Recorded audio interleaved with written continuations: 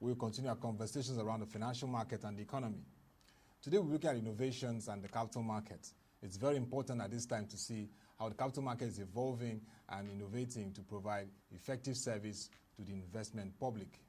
But first, we begin by saying that it's a happy Children's Day, and we in WebTV and in ProShare were wishing all the children a very special day across the world and Nigeria especially. Everything about the financial market and economy, we're working out for a bright future for children. So all stakeholders must remember that we must work assiduously to make the market work effectively and the economy to provide a bright future for the children. To lead us in this conversation today is Mr. Usoro Essien. He's the head of research, Vetiva Capital Limited. Nice to have you, Mr. Usoro.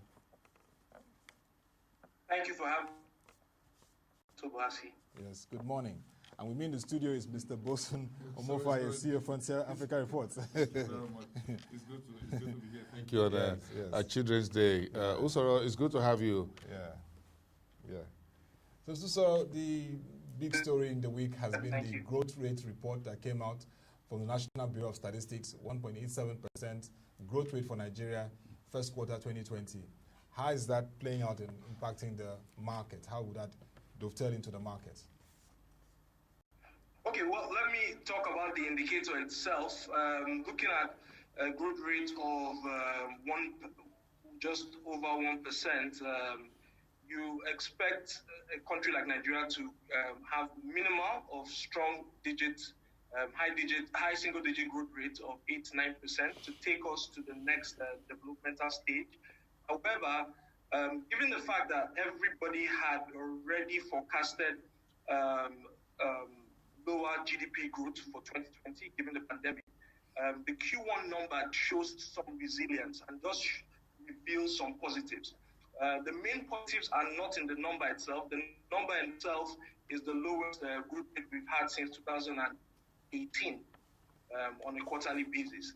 However, the positive is that the contraction in the oil and gas sector, in terms of real output, is will not be as expected 2020, given the base, because we were already fragile economy. We're already producing crude oil suboptimally in 2018 and part of 2019.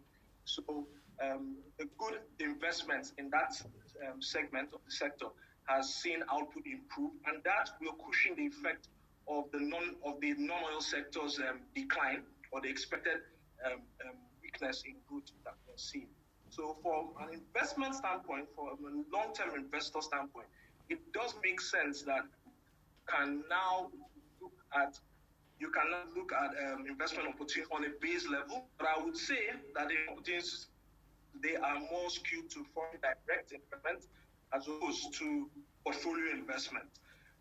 So for portfolio markets, what you would have seen equities, you would see equity investors are adjusting to news levels, new lows. So before the pandemic, before data points came out for Q1 GDP, we had expected, you had reports like from IMF quote a contraction of 3.5%. So the trends were a lot worse.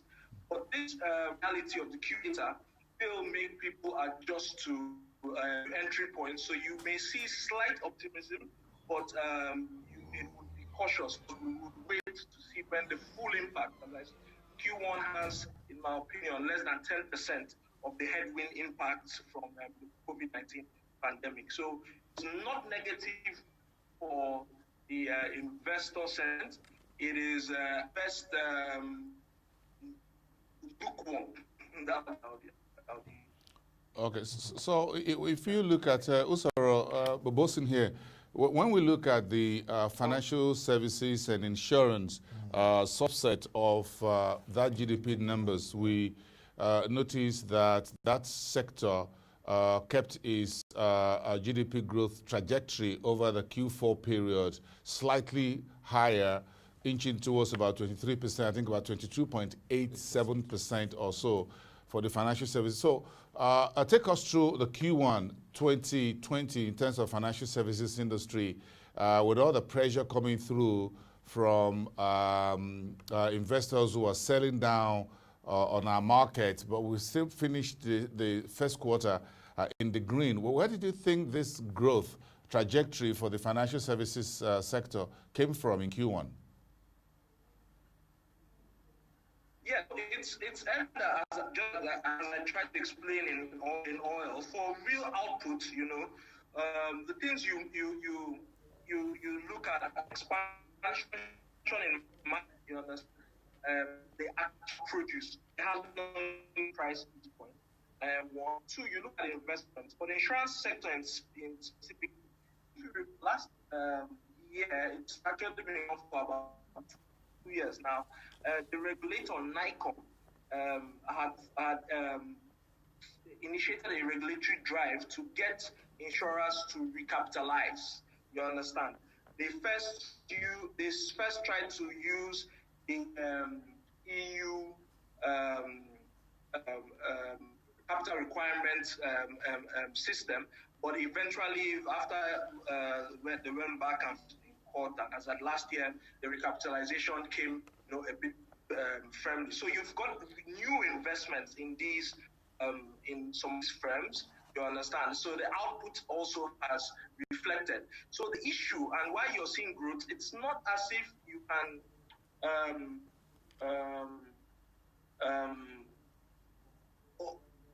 overlook the growth. You understand? You can't overlook it, and you can't.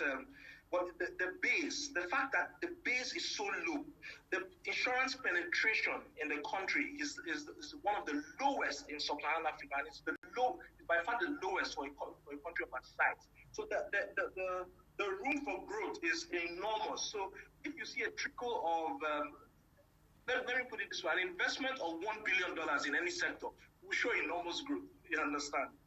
You get, and that is not a tangible for development like the US and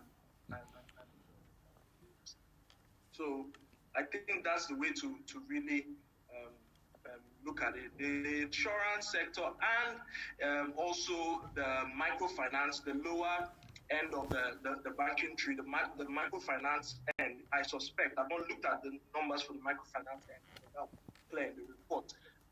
I also expect they would have expanded because the new capital requirements, these sectors are one of the highest from the banking sector.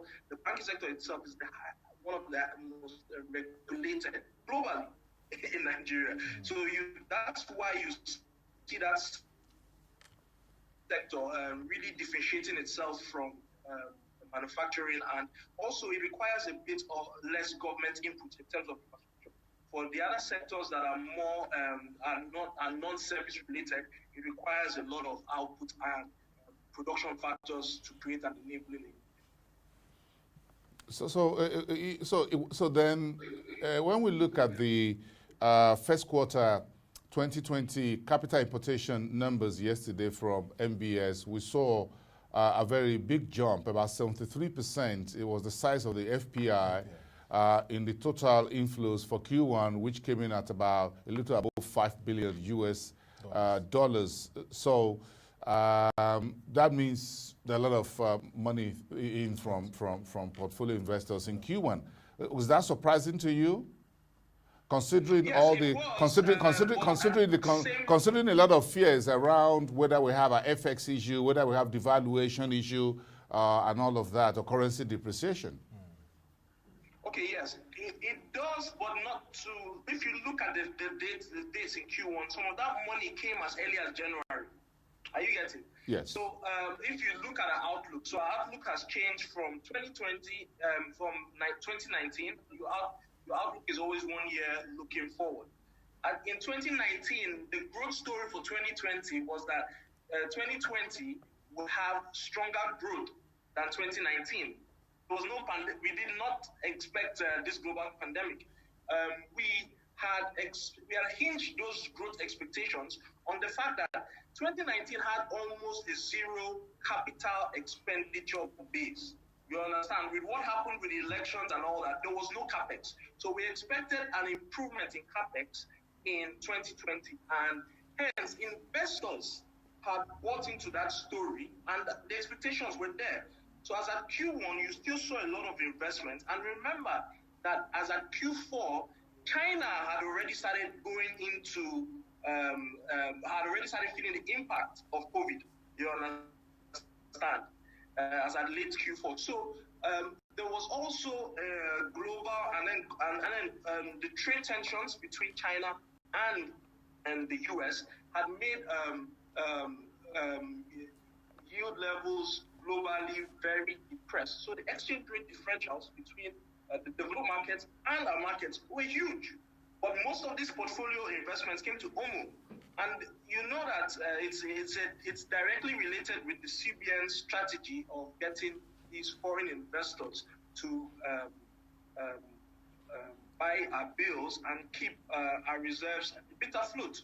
You understand? But that, I suspect that data will quickly change when you see the Q2 data. So let's treat it like part of historical data, but the view or the outlook has changed. If my colleague Otto will permit me just a second to stretch that a bit further. Now, will you or have you folks at Vetiva Capital sat down to review your outlook for 2020 in view of this pandemic? The month of May is ending this weekend. 1st of June is going to be a new month, so we're technically done with we're going towards the end of the first half. The Central Bank Monetary Policy meeting will be tomorrow. Thursday, so what are your expectations? If you are reviewing 2020, what would be the basis and your considerations at Vetiva Capital? Okay, great. So, as you said, and I'm very sure you would know, we had approached outlooks previously before the pandemic to the public on a half-year basis and full-year basis. So you would get a H1 outlook and then the full-year outlook. What we've seen with the pandemic is that you need to, investors need almost monthly data now.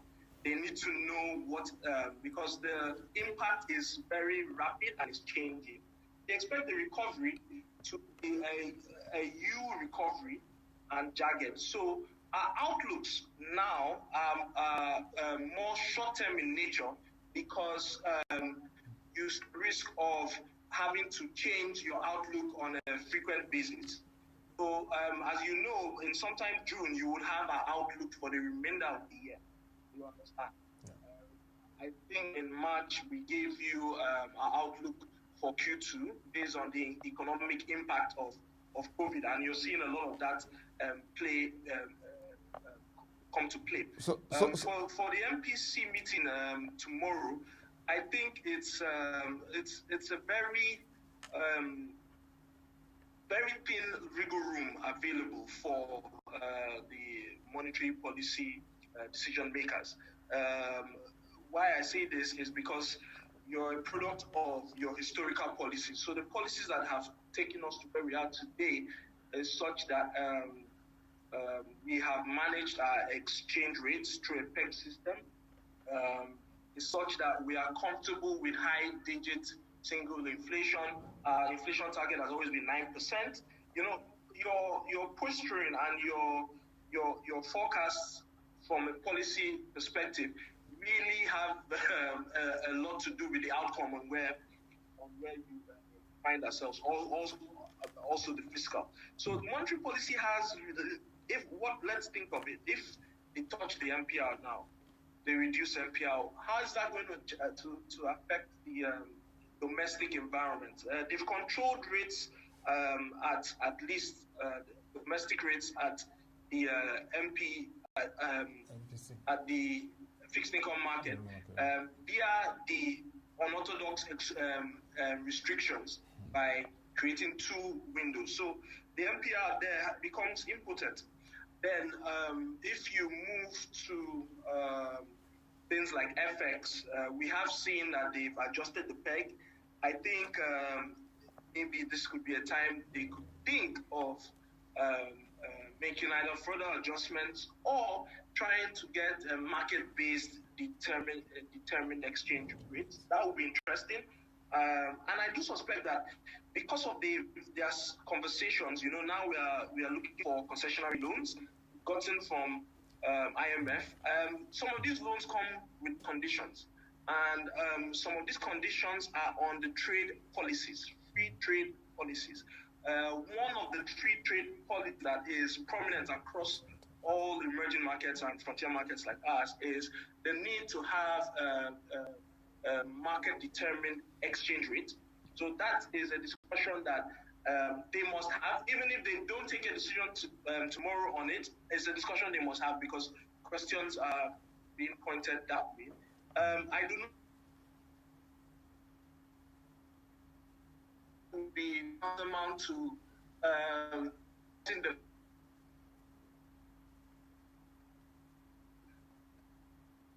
CRL today.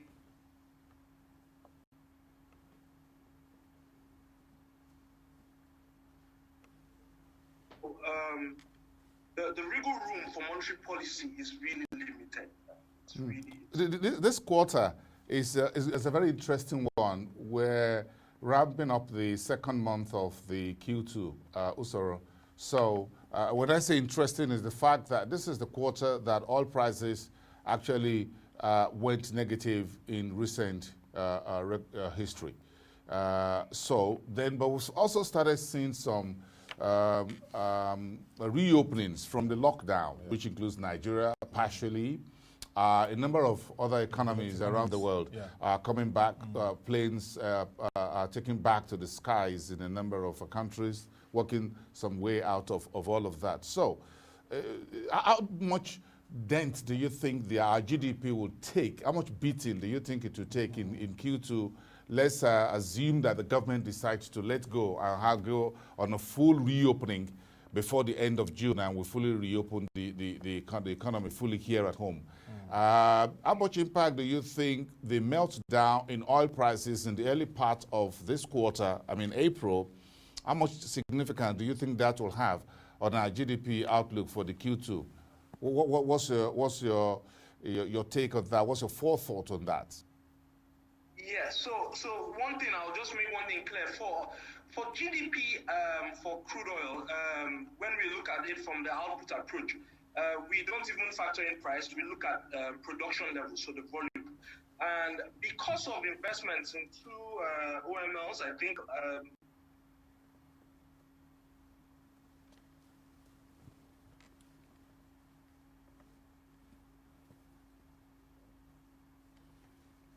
Mr. Usoro, can you hear me?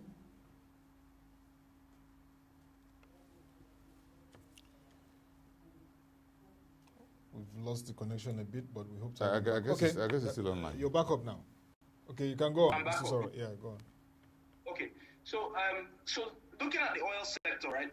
If you look at the growth that we achieved in Q1, it's an expansion from volumes. You understand? So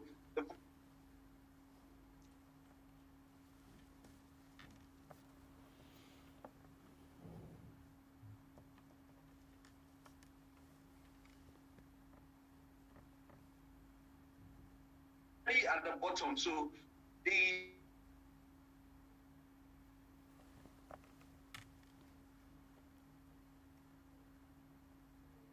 slightly optimistic for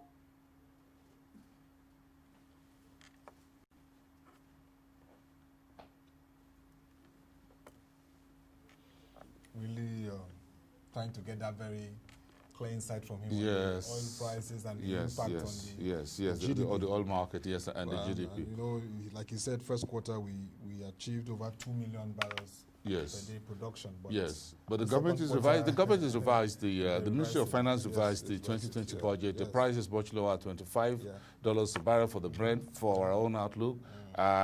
We also look about 1.8 million barrels per day.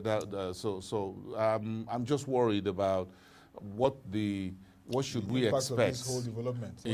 But will there be a counterbalance? That's what I'm going really trying to play the devil's advocate. Let's have him. Usoro, you back? Yes. Usoro, can you hear us? I guess the internet's a little bit somehow this morning. Earlier this morning we had a conversation with the young man, the founder of Loister, Mr. Dawood, around internet infrastructure for e-commerce, because e-commerce leverages on broadband and infrastructure for digital economy. And he was talking about the fact that, yes, it's very important that we need it. Yeah. But again, if you look at the ICT sector, the growth in that sector in the second quarter, 7%. yes, because that was the period when everyone technically activated the what you call the business continuity plan. So more remote work. Oh my! You can imagine what went on between stock exchange, the CSCS, NESD, FMDQ, dealing members, and others, and the banks. Yes. You can imagine the volume of data that were consumed working from home, enabling laptops and others, wiring them up to be able to do remote trading. Because again, what was the process before? You go to the trading floor for the stock exchange to do trading. Yeah. Then it moves on to remote, which means you can trade from your offices. Yeah. Then the pandemic came and chased everybody away from offices and said, go home.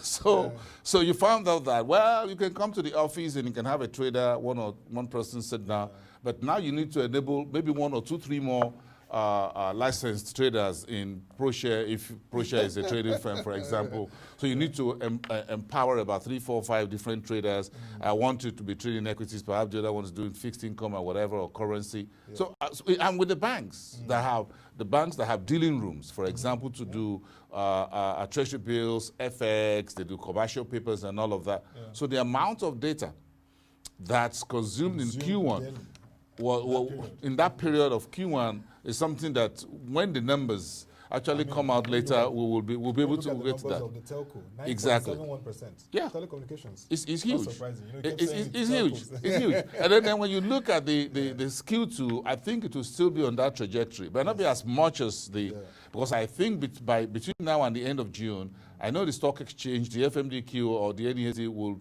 go back. Yesterday we saw the was it yesterday or Monday now, the New York Stock Exchange did a partial reopening of its own trading floor. So as the trading floors are reopened, brokers or traders are going back to offices, then maybe there'll be a shutdown or a slowdown in the number of remote trading, so folks can now use the desktops in the offices and all of that. But then I still think that Q2, ICT will still make a very good showing. Caution around reopening the economy, whether it's in US, UK. I agree with you. Then there's a whole lot of ICT is also going into the entire healthcare, medical workers, telemedicine. The authorities are talking more to each other. You're having Federal Executive Cabinet meeting now virtual meetings. You have ministers talking to DGs and others on virtual meetings. And Lagos having virtual. Yeah. So you find a lot of folks who need to work with, who need to do things with the enable business, enhance businesses with other agencies or with government agencies, I mean private sector, doing that virtually. So it's a whole different new normal. And I think that should also get the NCC, the Ministry of Communications, to talk to the telcos and other data providers on what do they really need and how they can ramp up on investment, on infrastructure and the architecture of our data and ICT subsector to bring them more up to speed. Because right now, I'm not too sure we'll be back to the old normal moving forward. That means it's a new normal. It's a new normal. So we'll need to invest in a new normal. We'll need to reinvent ourselves for the new normal. So the ICT sector will remain. That you need the ICT far more than you ever would want in agriculture, in industries, in manufacturing, in services, in trade. If you look at the e-commerce platform now, it's all buzzing because folks are making their shopping more online because everybody still wants to say, well, I don't know whether the pandemic is just down my street or the street corner. Can I just do this online and keep my fingers off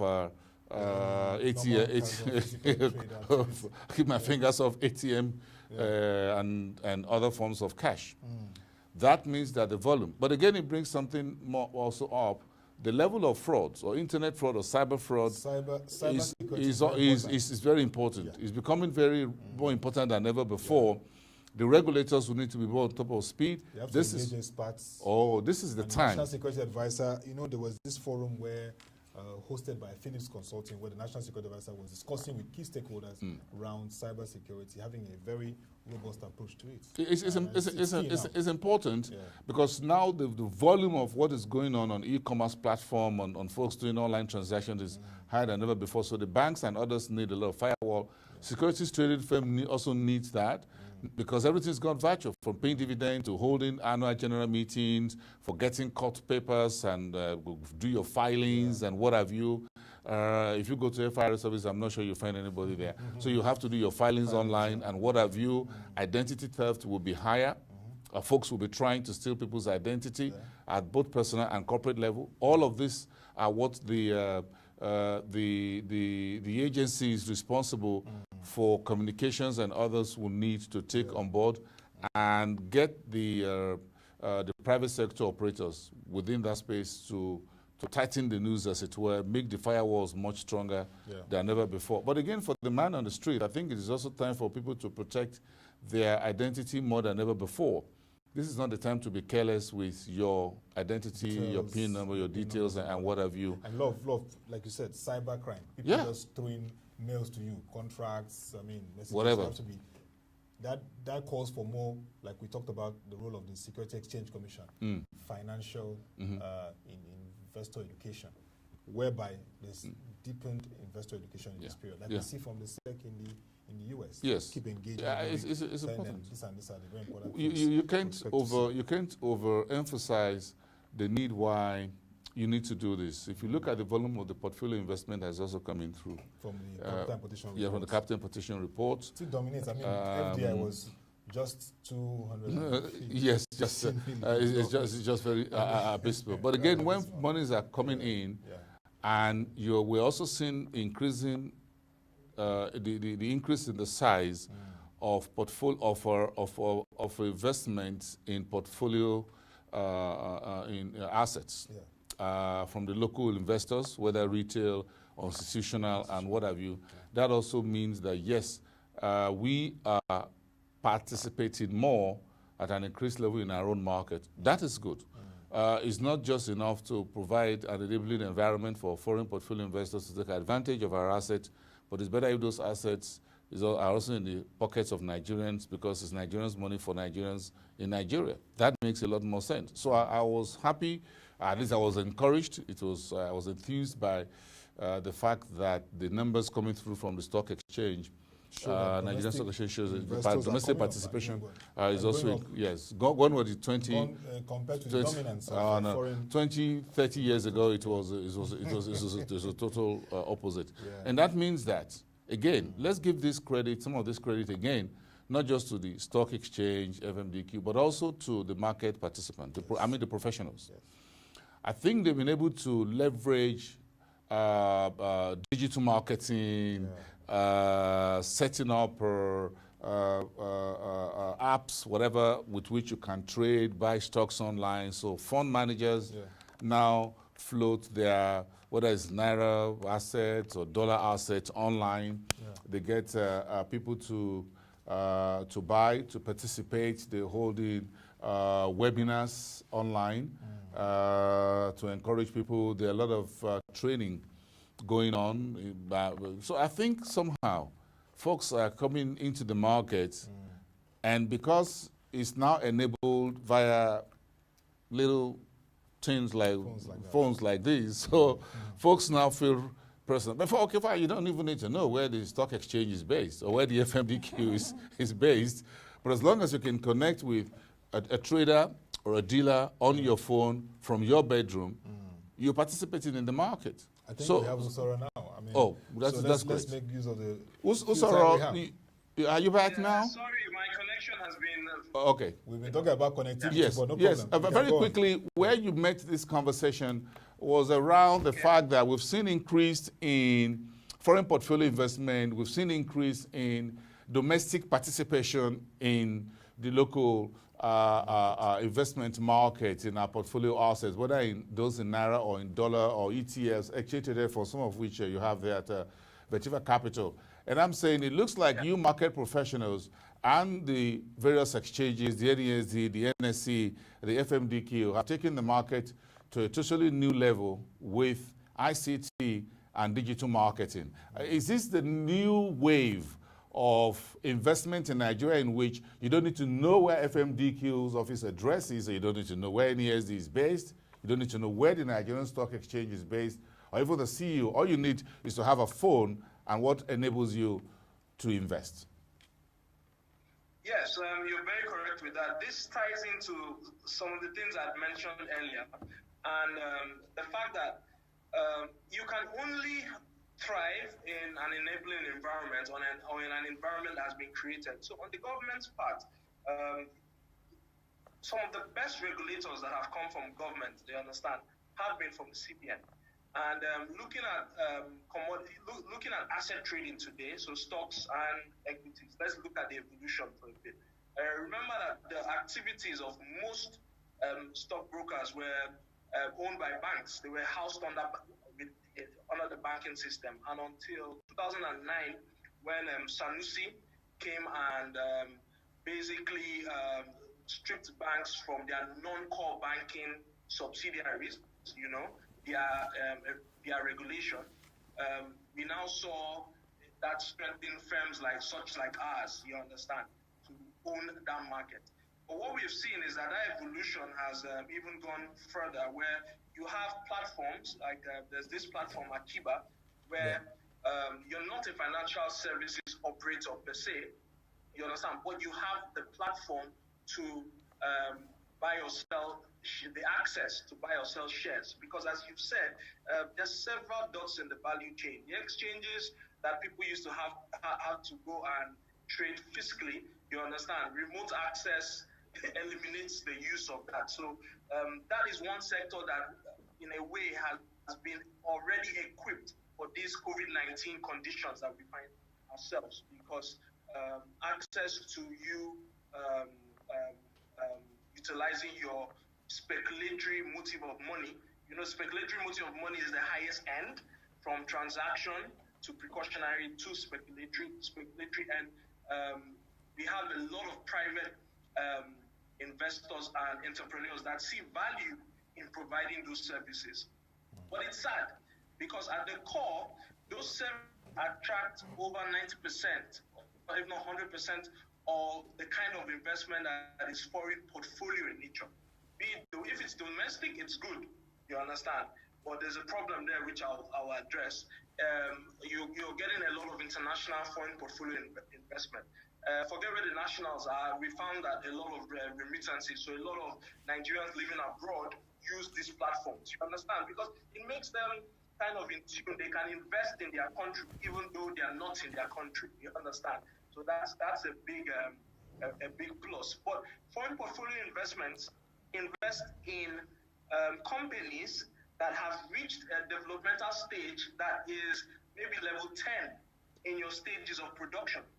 So the set of products and services that we have in the country competitively need foreign direct investment. You understand? So I think the next step they've done very well, as you've said, the financial services, but the next step for the financial services is to see how they can come up with initiatives to really drive the foreign direct investment. So that's a point here, Usoro, about where we are and what we've achieved so far. So my natural question is this. Are there things you folks are looking at Vetiva and perhaps outside when it comes to having a platform that enables people or folks, even within Nigeria and within Africa, to trade the various markets? So if I have some dollars sitting down in my dorm account, whatever, what if I want to participate in the Kenyan equities market, if I want to buy the treasury bill offerings by the Ghana, the Bank of Ghana, the Central Bank of Ghana? Have we reached that stage of market-based integration? Integrating the market, integrating the platforms, providing services, like from dealing firms like yourself who have what you call robust research, what have you, that can enable investors see beyond the four corners of Nigeria, and they can take advantage of currency, they can take advantage of interest rates and other risks across other jurisdictions within the Africa space, sub-Saharan Africa, perhaps. Maybe we'll start from there.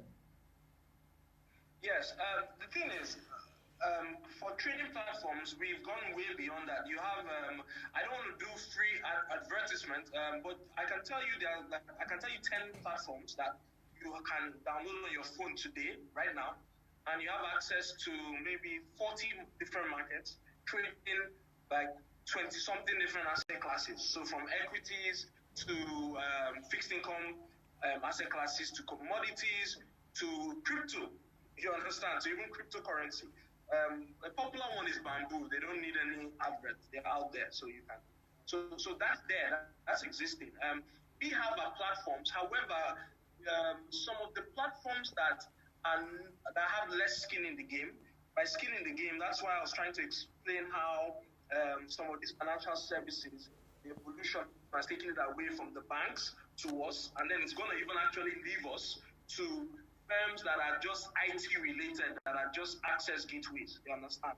And when you don't have skin in the game,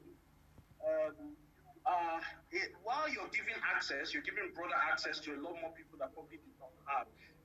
There are some fundamentals that you cannot carry with you. So some of these services that you cannot carry if you don't have skin in the game is adequate research. You are given access to a market, you understand, that you do not have sufficient research. So for Vetiva standpoint, every product we sell, we have to make sure we give that added value. One, because we are regulated by the Securities Exchange Commission, but two, it's part of the ethos in how we do things. So, as you know, we are entering the sub-Saharan African coverage. So once we are able to give you accurate analysis on the direction of asset classes in those markets, then we will feel comfortable taking your money or allowing you trade. Because a lot of these platforms today do not want to share any risk on the investor side. Do you understand? A lot of these platforms today want you to just use them as a gateway and expect you to be informed. But we are part of the Nigerian good story, and there are two reports I would like you to look at when you have spent time. One is the fact that it has been shown that over 60% of Nigerians' income is used on feeding. And as I was saying, the transactional, the motives of money, three primary ones. If you're over 60% of your income and transactional income at that is used for feeding, it tells you as a population, shy of 200 million, how many people have in disposable income to invest. Investable income is after precautionary income. Precautionary is if something goes bad, things to keep aside. But speculatory is almost like gambling. You understand, when it comes to that sense. You understand? So these platforms will continue to be driven by non-residing Nigerians more than and foreigners more than the domestic market per se. Because when we look at the drivers of our market today, apart from investors, the next huge market drivers are PFAs, and you understand, and then after PFAs are HNIs. The retail, the impact of the retail investor on the market domestically is still suboptimal. It's quite good, and we even have we're beginning to see from, as I said, from the usage of these platforms that a lot of Nigerians in diaspora make use of these platforms a lot more, and that tells you the economics. So of the countries, there are realities.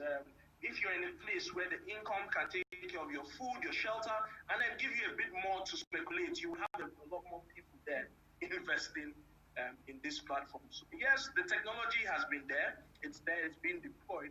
But remember that you have to have a lot more risk management in the process of giving this access to investors. Okay, so the very huge portion In fact, United Kingdom, the report released yesterday by the Statistics Office shows that the UK was in capital importation in first quarter of this year. And if, by extension, if close to 75% of that money, $5 billion, is in portfolio investment, and it's from the UK, who's bringing this money? Are this part of the remittances? I've not seen the data for remittances. You would see some, but one thing you do need to understand is the UK, up until today, is still the financial capital of the world. So, office. I can almost bet you that's not UK economy money. So, the hedge fund, the foreign investor that is situated in the UK is operating from a different region. You know, a lot of it is from the Middle East, a lot of it is still from Europe, and a bit of it is still even from the US. So, UK is the gateway. The access point. Is the gateway where the money comes from? London. Yes. Okay. Yeah. Okay. Interesting. All right. So, Mr. Usoro, let's get your closing thoughts on regulatory steps and policies that can really help deepen our market. We need to see more as the economy reopens, more big listings, more IPOs. I mean, things happening in the market that would even encourage the retail investors. Yeah, MTN is chewing 150 billion commercial paper program. FMDQ, yeah. What more things do we need to see happen, and how can regulatory steps and the policy environment enable it? So I think the first thing we should think of is deepening our asset classes, and we need to, as I keep on saying it, equities in itself are kind of one of the most sophisticated, barring derivatives and all that. There's most sophisticated tangible investments. By tangible, I mean you can relate shares to underlying asset and what the company is doing, as opposed to like a derivative. But that is still far-fetched from our level of development as a nation. I think we need to, it is sad that Nigerians cannot buy crude oil. I think we should quickly move into our commodities exchange. For instance, our poor infrastructure could not help evacuate enough crude, or could not help store enough crude. Hence, the price of a premium product. Money lights is a premium product by its composition, you understand, low sulfur content. It has no business trading below Brent, it has no business trading below WTI. But guess what? When a pandemic like this happened, we saw that happen, and that exposed the poor infrastructure. So I think between CPO, which is crude palm oil, and crude oil, we have enough supply to develop a tangible market. So give me an ETF. Usoro, give me an ETF. Give me an ETF on both as those two asset classes. Give Nigerians an ETF, and they will buy it. Give me an ETF on the seven premium crude oils, or maybe just about 5 or so of them. Okay. Give me an ETF on Focados and Core Igbo, and maybe one other of those others. Then give me something about. Then you see what Nigerians will do. Exactly. So that's what we're thinking. But let's not bring everything to the fore here. So, but I think these are some of the steps that